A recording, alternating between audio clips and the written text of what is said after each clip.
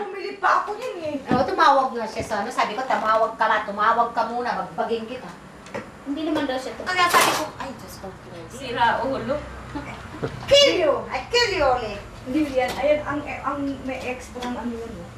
Sabi ko nga, ba't di mo sinamahan ng isang supot na pusa? Yung ito, pang May vacuum. Oo, at least, hindi, anong ginagawa ni Ulit ng bahay? Kanya naman lang. Ay, yung Ay, ang pati ng gandang kulay. Ay, money for me. Money for us. Light lang siya. Maganda ang Green na green eh, no? Maganda ng kulay. Puso. Hindi, maganda Melissa. Oo. Maganda. Hindi yun ang nasira ko. Melissa? Oo, andyan pa. May guarantee ito, eh? Oo, kaya bigay mo sa akin. Walang guarantee, Meng?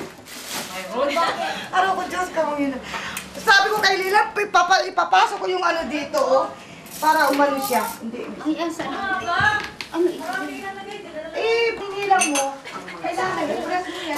May parok na sa likod Tapos yung Oli, pag intente yan, lewa ba na alaingo na? Virgin ba? Ayan, mahirap ipasok yan. Kahit yun sa iyo? Mm-mm. Ay, nako.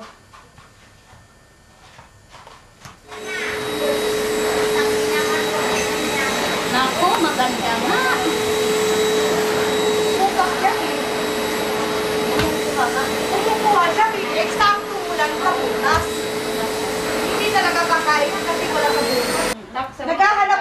Naghahanap ako yung perfume na nilalagay dyan. Di ba alam mo? Ay, naku, ayaw ko yun. Kaya nakakadilo yun. Yung bilog-bilog. Ayaw ko yun. Ay, Mars, ang ganda. Tinan mo, ang ganda ng ano na yun.